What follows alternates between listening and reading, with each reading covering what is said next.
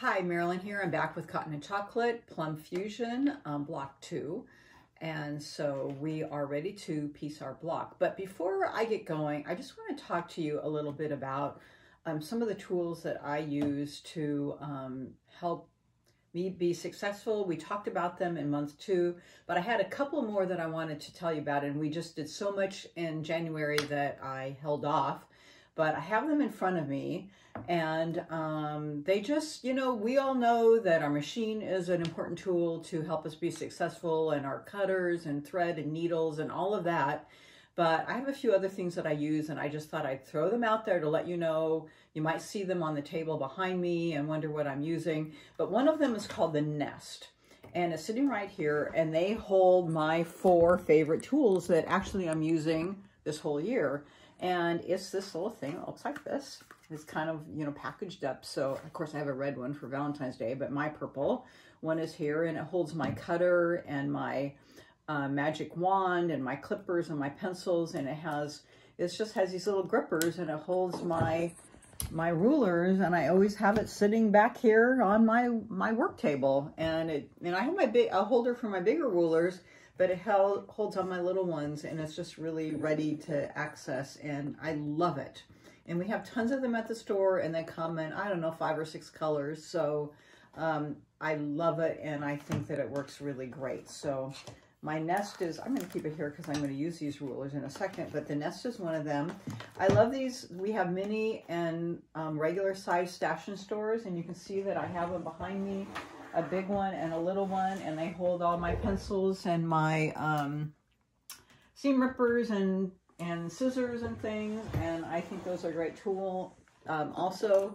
So another thing that I have, and we have those in different colors at the shop, so those are great. And then the other thing that I use on the back of my my Deb Tucker rulers, like the Tucker trimmer and the wing clipper, is the Invisigrip. So when I'm using, say, the block lock and my creative grip rulers, and also my other rulers that naturally come with grippers on the back, I don't need to use it. But these rulers don't. Some people like sandpaper grips. I'm not crazy about them because then they hide or they cover important pieces of information on my ruler that I don't want to get hidden. So this Invisigrip is a material film that you cut out, and it goes onto the back of your ruler, and it just grips on the back. You can see that you can lift it up and off and move it if you want, but it grips for as long as you want, and it holds really tight.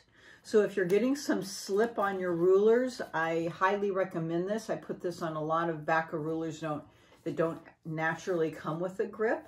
And so I think it's really terrific. I put it on a lot of my Tucker trimmer and Block Lock and Studio 180 rulers, or other rulers that don't naturally have that. So I have that on my wing clipper, my Tucker trimmer, and other rulers like that. So it comes like this in a roll, and then you cut it to size.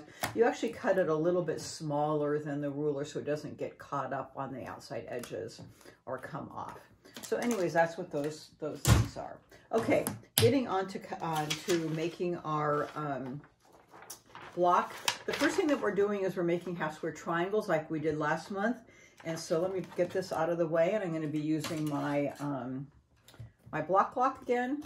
And so first we're going to be gathering our 1 and 7 colors, and that's these. And we're going to be making half square triangles. So I did mark them on the back with my magic wand, drew the line on each side with a pencil, and then I sew a little bit inside of that pencil line, and then you'll be cutting that down the middle and opening that up. And then I have one that I haven't cut down. The others I've cut down to size. This one I'll just have my sample. And then again, just as a reminder to cut that down, I have my label. I've pressed to the dark. And then I have my label in here. I'm going to be cutting it down to 2.5 inches. And so here my label goes into the valley. Here's my hill.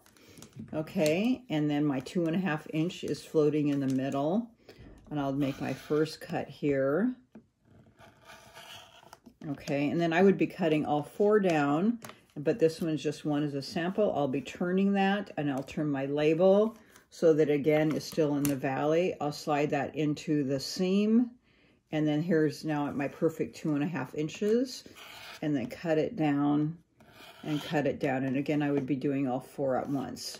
And then I have my perfect 2.5 inch, and then making sure that your corners are perfectly at that corner. Okay, so you need 4 of those, cut 2.5 inches with your fabrics 1 and 7. And then you're going to be making 2 large half square triangles using fabrics 2 and 8 and 3 and 8, but you're not cutting those down. So here I have one of them with 3 and 8. The other ones I've cut, I've made them. You're going to press to the fabric 8. This one I've made it. Here I just haven't cut it down. You can take any ruler and just cut down the middle so you can see it's hard to see my line with my magic wand. Marked it, and then this one you're just going to then sew it. I'm just going to show you the sample of this. Cut down the middle. Again, you're going to be pressing to the dark, okay? So let me just press to the dark real quick here.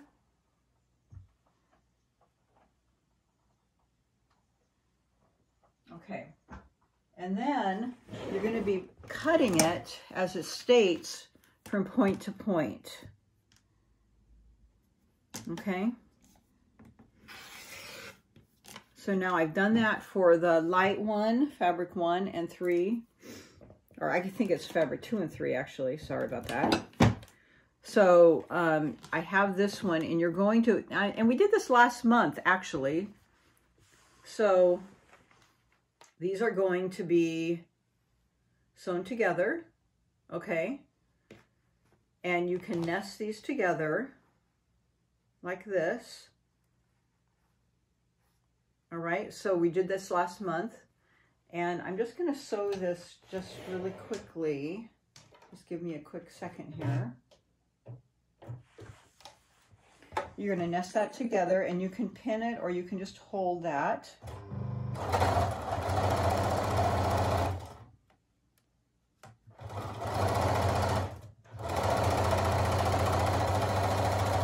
So when that comes out,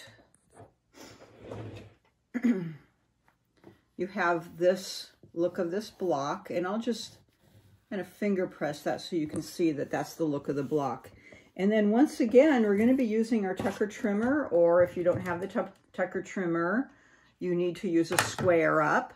And this needs to be cut, trimmed down to 4.5, just like last month. If you have a square ruler, you would be doing from the center at 2 1/4. With our Tucker trimmer at the 4.5. So we have our center here. Let me get it done correctly here. Nope, that's not right. There's our 4.5 right there down the middle. And so we do this so it's lined up here and here. And then you would just hold that. And then it's nice because I have this with my Invisigrip on the back so it doesn't move around. And then I want to make sure that it's pressed out nicely. And then I would cut it on this side first. And then square it on this side, okay? And then I would turn it around here. And now I can just measure it on the 4.5 on the bottom. And make sure that those points are lined up here. So make sure those points are lined up here. So I'm measuring that point there and that point there, here and here, and that diagonal is lined up, okay? And then cut there and there. And then I have a nice 4.5 inch, just like last time, that hourglass, okay? So now I have one more piece to make. So those are our half square triangles. And then the last bit we're going to take is our corner units. So we're going, let me get these moved out of the way. So we're going to take our fabrics 1 and 11 and our half square triangles and put those together. And our corner unit is going to look like this. 2 of our half square small 2.5 inch triangles, our 2.5 inch square 1 and 11, and they're going to be put together like this. And that's how they're going to be sewn. And then you're going to press towards the square, okay? So you can see my pressing. And then when you put those together, because you press towards the square, they're going to nest together very nicely. And you can put a pin right there and then sew that, and then they'll open up and they'll have nested very nicely sitting flat together, okay? And then that's our last corner unit. So when we lay the block out, we have the centerpiece, which is number 8. We have a, you can see right here, we have the hourglass, so that sits out here. And then we have a corner unit, which has that corner unit right here. So that's part of the block, and you can see it here.